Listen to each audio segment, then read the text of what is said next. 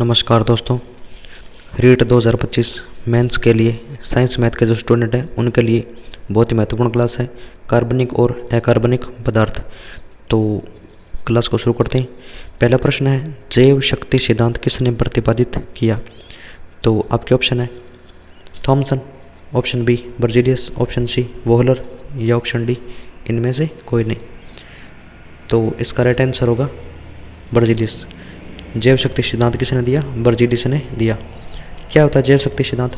Berzelius का मानना है कि जो भी कार्बनिक पदार्थ है यानी जिनमें भी कार्बन पाया जाता है, जो भी कार्बनिक पदार्थ है उनकी उत्पत्ति जो जीवित वस्तु है ना उससे ही होगी। जीवित वस्तु यानी या तो वो पादप है, यानी कार्बनिक पदार्थ या तो किसी पादप से मिलेगा और या किसी सजीव प्राणी से मिलेगा, या किसे मिलेगा? प्राणी से। यानी दो जीवित होते हैं, या तो प्लांट को अपने जीवित मानते हैं या प्राणी को। तो बर्जीलियस का मानना था कि जो कार्बनिक पदार्थ है वो लिविंग ओरिजिनम से ही प्राप्त होगा, यानी या तो पादप से या प्राणी से, यानी किसी भी, यानी इसका मानना था कि लेबोरेटरी में कार्बनिक पदार्थ को नहीं बनाया जा सकता। ठीक है।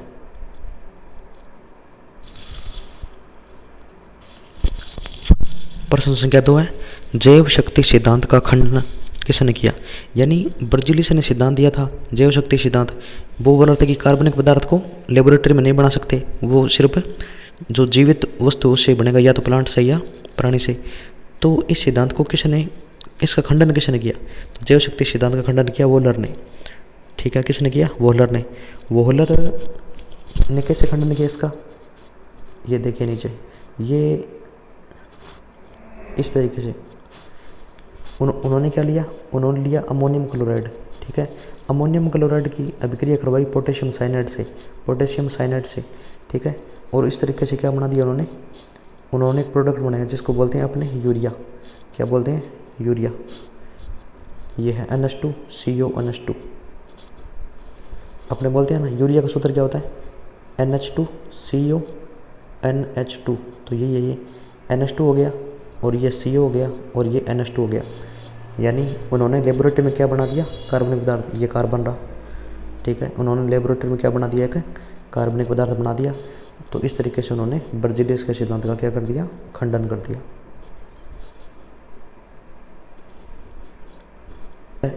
मीथेन में बंद कोण का मान कितना होता है? ये जो RBSc की 10वीं की बुक है उसमें से प्रश्न लिया गया है। जो मीथेन होता है उसमें बंद कोण का मान कितना होता है?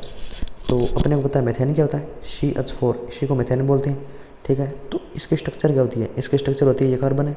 कार्बन अपने को पता है कि 4 बंद बना सकता है, ये इस तरीके से है। ये एक हाइड्रोजन यहाँ हो गया और ये एक हाइड्रोजन थोड़ा पीछे की तरफ हो गया, एक हाइड्रोजन यहाँ पर हो गया। तो ये पूछ रहा है कि ये जो चारों हाइड्रोजन है इनके बीच में एंगल कितना होगा? तो इनके बीच में जो एंगल होता है वो होता है 109 डिग्री 28 मिनट। कितना होता है? 109 डिग्री 28 मिनट का एंगल होता है। तो मीथेन में बंद कोण का मान कितना हो गया? 109 डिग्री 28 मिनट। इंपॉर्टेंट प्रश्न है ये।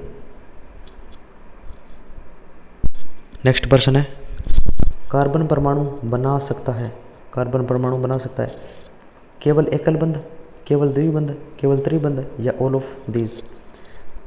तो आपको बताना है कि कार्बन कौन सा बंध बना सकता है। तो कार्बन उपयुक्त है, सारे ही बंध बना सकते हैं। कैसे? एकल बंध कैसे? मीथेन, जैसे मीथेन है, मीथेन में सारे के सारे बंध क्या है? एकल बंध है। जैसे एक कार्बन है, 4 हाइड्रोजन है, तो चारों हाइड्रोजन किससे जुड़े हैं? एकल बंध से जुड़े हैं। चारों हाइड्रोजन किससे जुड़े हैं? एकल बंध से जुड़े हैं। ठीक है, और द्विबंध किस में होता है? जैसे कार्बन डाइऑक्साइड हो गया, कार्बन डाइऑक्साइड, तो इसकी स्ट्रक्चर क्या होती है? ऑक्सीजन डबल बॉन्ड बनाएगा कार्बन से, फिर एक डबल बॉन्ड और बनेगा, तो इसमें ये कार्बन है वो डबल बॉन्ड ही बना रहा है। और एक होता है hydrogen cyanide, HCN। Hydrogen cyanide क्या होता है? हाइड्रोजन हो गया और उसके बाद में कार्बन से ये सिंगल बॉन्ड बनाएगा, उसके बाद नाइट्रोजन से क्या बनाएगा? Triple bond. यानी हाइड्रोजन साइनाइड, इसमें कार्बन है त्रिबंध भी बना रहा है, और इसमें क्या बना रहा है? द्विबंध बना रहा है। और मीथेन में क्या बनाता है? एकल बंध बनाता है। तो यानी कार्बन परमाणु उपयुक्त सभी बंध बना सकता है, ऑल ऑफ दीज। प्रश्न संख्या 5 है, संतृप्त हाइड्रोकार्बन में कार्बन और कार्बन के बीच में के मध्य होता है। जो संतृप्त हाइड्रोकार्बन होते हैं उनमें 2 कार्बन के बीच में कौन सा बंध होता है? एकल बंध होता है, द्विबंध होता है, त्रिबंध होता है, या फिर B और C दोनों? तो आपको पता होना चाहिए जो संतृप्त हाइड्रोकार्बन है, 2 कार्बन है, उनके मध्य केवल और एक केवल क्या होता है, एकल बंध ही होता है। ठीक है, ये अपने देखते हैं नीचे हाइड्रोकार्बन। हाइड्रोकार्बन कितने प्रकार के होते हैं, 2 प्रकार के, एक होते हैं संतृप्त, एक होता है असंतृप्त। संतृप्त जो हाइड्रोकार्बन हो, कौन से हाइड्रोकार्बन को संतृप्त बोलते हैं, जिनमें कार्बन और कार्बन के बीच में मात्र एकल बंध है। असंतृप्त कौन से होते हैं, असंतृप्त 2 प्रकार के होते हैं, इनमें कार्बन और कार्बन के बीच में द्विबंध भी पाया जाता है, जैसे एल्कीन हो गई, और उनमें कार्बन और कार्बन के बीच में त्रिबंध भी पाया जाता है। तो एकल बंध जिनमें होता है उनको क्या बोलते हैं, एल्केन बोलते हैं। जिन कार्बन और कार्बन के बीच में द्विबंध होता है उनको एल्कीन बोलते हैं, और जिनके बीच में त्रिबंध होता है उनको क्या बोलते हैं, एल्काइन बोलते हैं।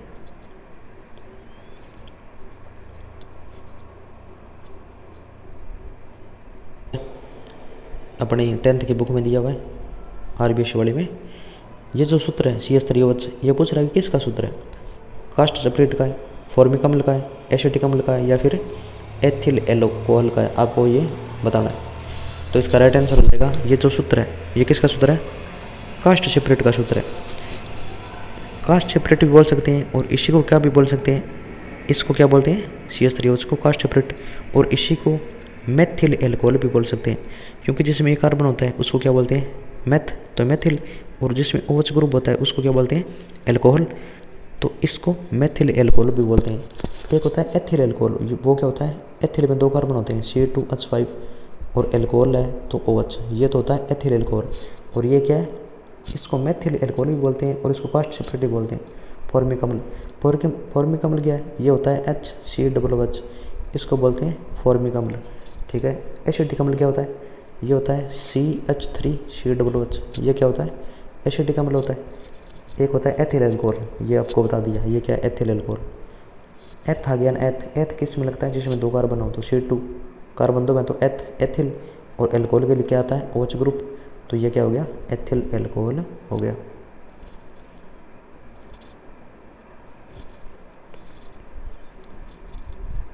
नेक्स्ट प्रश्न है, इन्हें ओलिफिन्स भी कहा जाता है, यानी ये जो वर्ड है ओलिफिन्स, ओलिफिन्स किसे कहा जाता है। ठीक है, तो ऑप्शन है एल्किन, और इसके नीचे ऑप्शन है एल्केन या एल्काइन। आपको बताना है कि ओलिफिन किसे बोला जाता है, एल्केन को, एल्किन को, या एल्काइन को। तो याद रखना, आपको बहुत इंपॉर्टेंट प्रश्न है, ओलिफिन्स बोला जाता है एल्किन को। ठीक है, कैसे याद रखेंगे, देखिए ओलिफिन्स में ओ आ गया, ली, इसमें भी ई की मात्रा आ रही है, और फी, इसमें भी ई की मात्रा आ रही है, तो इसमें भी ई की मात्रा, इसमें भी ई की मात्रा, तो इसका उत्तर क्या होगा, जिसमें ई की मात्रा होगी, तो ई की मात्रा किस में है, ओनली एल्कीन में है, एल्कीन, एल्कीन में ई की मात्रा है, तो इसका राइट आंसर ये हो जाएगा, ना तो एल्केन होगा ना ही एल्काइन होगा। नेक्स्ट क्वेश्चन है, हीरे में कार्बन कार्बन के बीच बंध लंबाई कितनी होती है। जो हीरा होता है, अपने को पता है हीरे में एक कार्बन दूसरे कार्बन से जुड़ा हुआ होता है, इस तरह से स्ट्रक्चर होती है हीरे की, एक कार्बन से कार्बन जुड़ा हुआ होता है। तो ये पूछ रहा है कि ये कार्बन और एक कार्बन, इसके बीच में जो बंध है इसकी लंबाई कितनी होती है। तो आपको याद रखना है, इसकी लंबाई कितनी होती है, 1.54 एंगस्ट्रॉम। कितनी लंबाई होती है इसकी, 1.54 एंगस्ट्रॉम होती है। बहुत इंपॉर्टेंट प्रश्न है हीरे में कार्बन और कार्बन के बीच बंध लंबाई। ठीक है, हाँ, तो अपना टॉपिक है कार्बनिक और अकार्बनिक यौगिक। तो हीरा कार्बन का ही बना होता है। तो नेक्स्ट प्रश्न है, हीरे का गलनांक होता है, जो हीरा है वो कितना टेम्परेचर उसको देंगे कि वो गलना शुरू हो जाएगा, लिक्विड में बनना शुरू हो जाएगा। तो वो होता है 3843 केल्विन।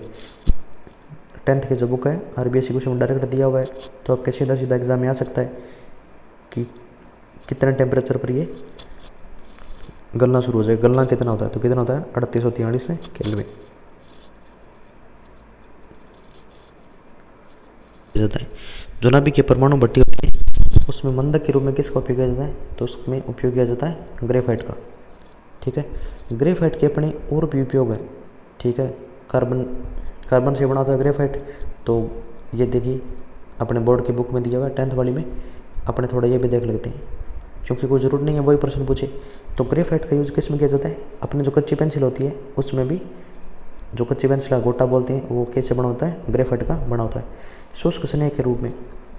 यानी जो शुष्क स्नेह होता है, शुष्क स्नेह क्या होता है, जैसे ग्रीस हो गया, ठीक है। ग्रीस क्या होता है? शुष्क स्नेहक होता है, यानी चिकनाई देने के लिए शुष्क स्नेहक। क्योंकि ग्रेफाइट क्या होता है? चिकना होता है। क्यों होता है चिकना? अब अभी आपको बताएंगे। एक होता है इसका यूज़ इलेक्ट्रोड बनाने में, ठीक है। इलेक्ट्रोड बनाने में इसका यूज़ क्यों होता है? क्योंकि ग्रेफाइट में एक मुक्त इलेक्ट्रॉन होता है। ग्रेफाइट में क्या होता है? मुक्त इलेक्ट्रॉन होता है। तो उस मुक्त इलेक्ट्रॉन के कारण इसको इलेक्ट्रोड बनाने में भी यूज किया जाता है। एक है लोहे की वस्तुओं पर पॉलिश करने में, ये इतना खास नहीं है। हाँ, ये इंपॉर्टेंट है, नवविज्ञ परमाणु भट्टी में मंदक के रूप में। किसके रूप में? यानी जो नवविज्ञ क्रिया है उसकी गति को कम करने के लिए इसका यूज किया जाता है। कैसे कम करती है गति को? ये देखिए पिक्चर में, जैसे ये न्यूट्रॉन है, ये न्यूट्रॉन आया, यहाँ पर क्या है? ये यूरेनियम का एटम है, ठीक है। इस यूरेनियम के एटम से ये टकराया, तो यूरेनियम का जो एटम है ये दो टुकड़ों में बंट गया, और इससे वापस 3 न्यूट्रॉन निकल गए, ठीक है। और फिर ये वापस इसे टकराएंगे, फिर इससे 3 और निकलेंगे, इस तरह की तरीके से ये होती है नाभिकीय विक्रिया। तो ये ग्रेफाइट क्या करेगा? ये जो न्यूट्रॉन निकल रहे हैं ना, इनकी गति को कम कर देगा। इनकी गति को क्या कर देगा? कम, यानी इनकी गति को क्या कर देगा? मंद कर देगा। तो इसीलिए ग्रेफाइट को क्या बोलते हैं? मंदक। यानी नाभिकीय विक्रिया में मंदक के रूप में इसका उपयोग किया जाता है। और पहले मैंने आपको बताया था कि ये शुष्क स्नेहक के रूप में काम करता है, यानी ये चिकनाई देने के काम में आता है। जैसे कोई गेट है, अपना गेट है लोहे का, वो खुल नहीं रहा अच्छे तरीके से, तो अपना क्या करते हैं? उसमें ग्रीस लगाते हैं। तो ग्रीस लगाने से उसका घर्षण कम हो जाता है। क्यों होता है? क्योंकि ग्रेफाइट में इस तरह से स्ट्रक्चर है, षटकोणीय फलक है, ये फलक है षटकोणीय, और नीचे ये षटकोणीय फलक है।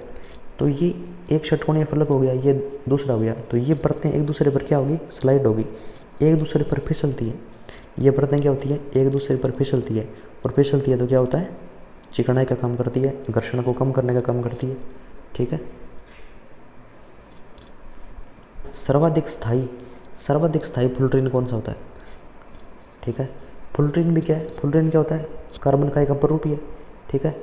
तो सर्वाधिक स्थायी फ्लोरीन तो होता है, लेकिन सर्वाधिक स्थायी फ्लोरीन कौन सा होता है? जिसमें कितने कार्बन के एटम होते हैं वो सबसे फिक्स होता है, ठीक है। तो इसका उत्तर होगा C60, ठीक है।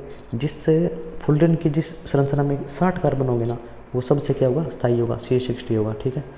फ्लोरीन के बारे में थोड़ा और पढ़ते हैं अपने। फ्लोरीन क्या है? कार्बन का एक अपर रूप है। फ्लोरीन की संरचना क्या होती है? फ्लोरीन की संरचना फुटबॉल की तरह होती है, ठीक है। यानी इसमें बहुत सारे कार्बन होते हैं, अभी आपको दिखाएंगे कैसी स्ट्रक्चर होती है। और अमेरिका के प्रसिद्ध वैज्ञानिक बकमिस्टर फुलर के नाम पर फ्लोरीन नाम कैसे पड़ा? अमेरिका का एक प्रसिद्ध वास्तुकार था बकमिस्टर फुलर, इसके नाम पर पड़ा। ये आपके एग्जाम में नहीं पूछेगा कि किसके नाम पर पड़ा, ठीक है। और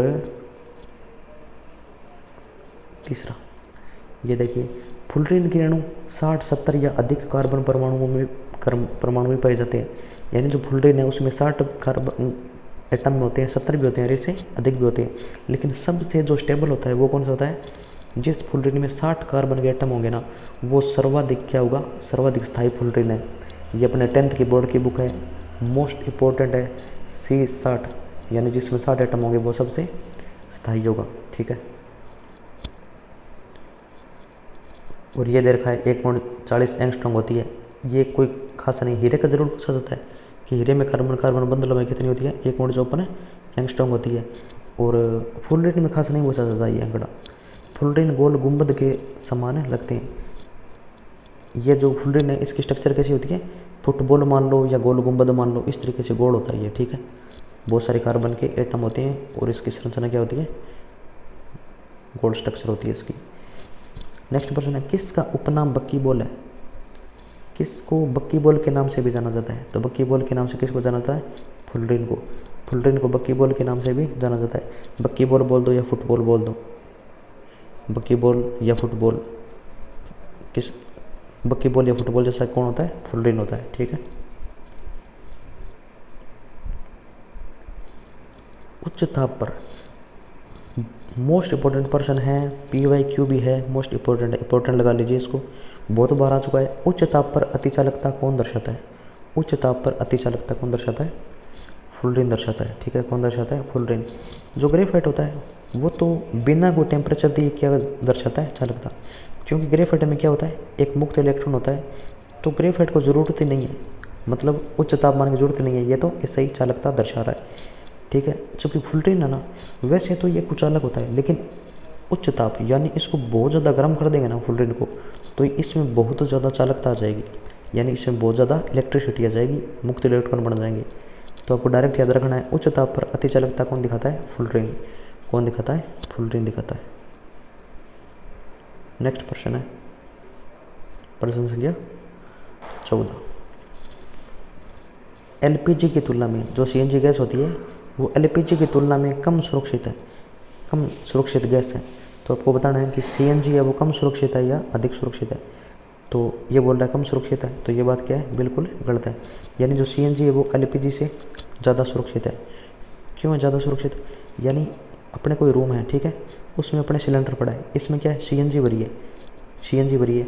अगर ये लीक हो गया, अगर इसमें से सीएनजी लीक होने लग गई, सीएनजी लीक होने लग गई, तो सीएनजी हल्की होती है, हल्की होती है तो या मान लो अपने यहाँ पर कोई रोशनदान वगैरह है, तो ये सीएनजी यहाँ से निकल जाएगी, रूम में रहेगी नहीं। इसके बजाय यहाँ पर ये थी एलपीजी हो, तो एलपीजी क्या करेगी? एलपीजी क्या होती है? भारी होती है, तो जैसे यहाँ से निकलेगी ये यहाँ जमा होने लग जाएगी, कमरे के अंदर ही जमा हो जाएगी, यहाँ पर जमा हो जाएगी। और यहाँ पर अगर लाइटर से जलाएगा इसको, सिलेंडर को, तो यहाँ पर क्या हो जाएगा? ब्लास्ट भी हो सकता है। तो सीएनजी हल्की होने के कारण बाहर निकल जाएगी, इस करके ये ज़्यादा सुरक्षित है एलपीजी की तुलना में।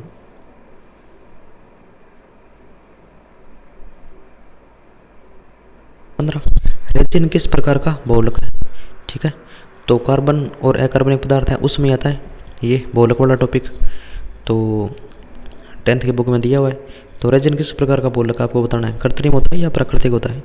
तो रेजिन किस प्रकार का बहुलक है? प्राकृतिक बहुलक है। क्यों है प्राकृतिक? क्योंकि रेजिन क्या होता है? प्लांट। रेजिन क्या होता है? प्लांट से प्राप्त होता है। प्लांट में एक गोंदनुमा एक चीज़ निकलती है, ठीक है, गोंद जैसी एक चीज़ निकलती है, उससे क्या बनता है? जो रेजिन नाम का बहुलक है वो तैयार होता है। तो रेजिन तो प्लांट है, तो प्लांट तो प्राकृतिक ही होता है। तो रेजिन किससे प्राप्त होता है? प्राकृतिक बहुलक। रेजिन कैसा बहुलक है? प्राकृतिक, ना कि कृत्रिम बहुलक। प्रश्न संख्या 16। रबर की तनन क्षमता, रबर की तनन सामर्थ्य और प्रत्यास्थता, यानी जो रबर है उसकी तनन सामर्थ्य और प्रत्यास्थता बढ़ाने हेतु इसमें खालिस्तान डालकर गर्म किया जाता है, जिससे वल्कनीकरण कहते हैं। आपको वल्कनीकरण की जानकारी होनी चाहिए, ठीक है। तो वल्कनीकरण किससे किया जाता है? सल्फर से। वल्कनीकरण किससे किया जाता है? सल्फर से। यानी अपने पास एक रबर है, वो रबर बहुत ही सख्त है, मतलब इससे कोई वस्तु नहीं बना सकते उस रबर से। तो उसको क्या करेंगे? उसको सल्फर की उपस्थिति में गर्म किया जाता है। क्या किया जाता है? गर्म किया जाता है। तो गर्म कर देंगे तो वो जो रबर है ना, उसकी तनन सामर्थ्य बढ़ जाएगी, यानी वो रबर क्या हो जाएगा? सॉफ्ट हो जाएगा। रबर क्या हो जाएगा? सॉफ्ट। तो इससे अपने कोई भी वस्तु बना सकते हैं। तो राइट आंसर क्या हो जाएगा? सल्फर।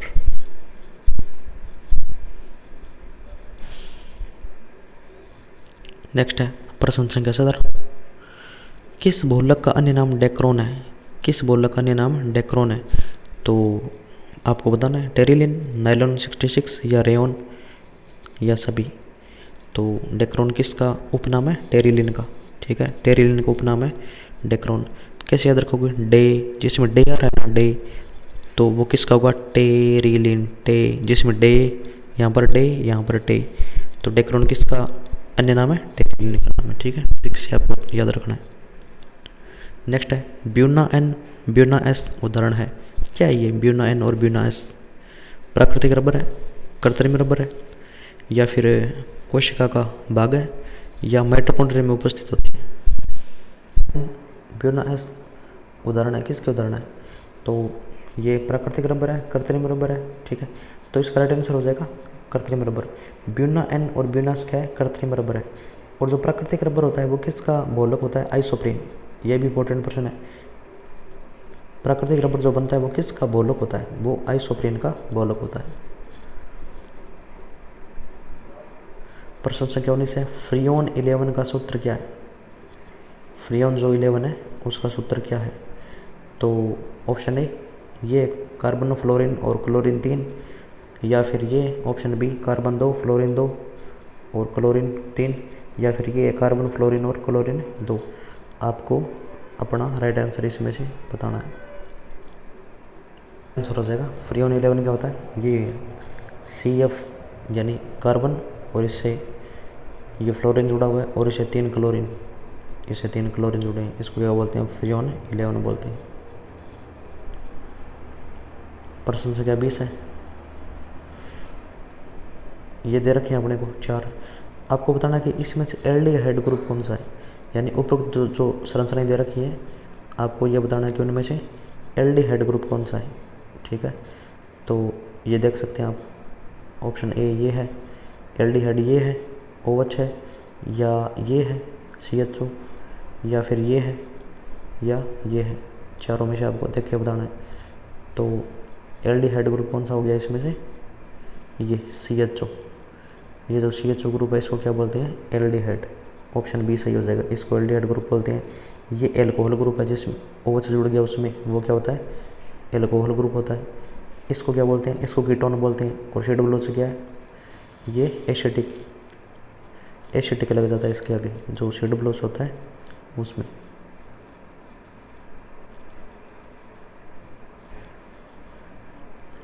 ये रही आपकी, ये NCERT में दिया हुआ है। ठीक है, NCERT की जो बुक है 10th की, उसमें दिया गया है। तो ये OH क्या है, एल्कोहल बोलते हैं। ये जो CHO है इसको क्या बोलते हैं, एल्डिहाइड बोलते हैं। ये जो CO है इसको क्या बोलते हैं, कीटोन बोलते हैं। और ये जो है ना, हाँ, इसको कार्बोक्सिलिक अम्ल बोलते हैं, सॉरी, इसको क्या बोलते हैं, CH को कार्बोक्सिलिक अम्ल। CH जिसमें आ गया उसको कार्बोक्सिलिक अम्ल बोलते हैं। तो ये सभी इंपॉर्टेंट है, NCERT की बुक में दिए हुए हैं। तो इन चारों में से कुछ भी आपसे पूछ सकता है। अगर आपको हमारी वीडियो इन्फॉर्मेटिव लगी है तो प्लीज़ हमारे चैनल को सब्सक्राइब करना है, क्योंकि अपने ये जो वीडियो है वो एग्ज़ाम तक आपके आती रहेंगी। और जैसे एग्ज़ाम नज़दीक आएगा अपने प्रश्नों की संख्या बढ़ा देंगे। हर टॉपिक पर 50% आएंगे, मोस्ट इम्पॉर्टेंट 50% हर टॉपिक पे लेके आएंगे। और वीडियो को ज़रूर से लाइक भी करना है। धन्यवाद।